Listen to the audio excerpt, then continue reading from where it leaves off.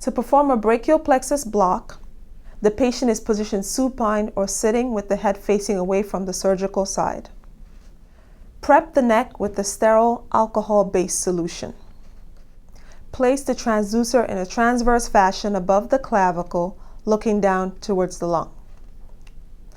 On your ultrasound, look for the image of the pulsating subclavian artery with the supraclavicular plexus lateral to it.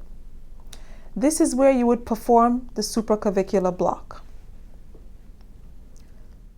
To image the interscalene space, slide your transducer slowly up the neck. Follow your brachial plexus as it transitions from a bunch of nerves to the traffic light, which is the nerve roots lined up on top of each other. At this point, the plexus is sandwiched between the anterior and the middle scalene muscles.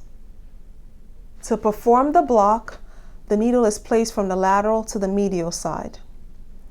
In this image, the needle is shown transversing the prevertebral fascia and the middle scalene muscle as it approaches the plexus.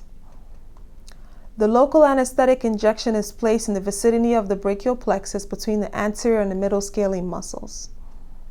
Watch as the local anesthetic surrounds the elements of the plexus.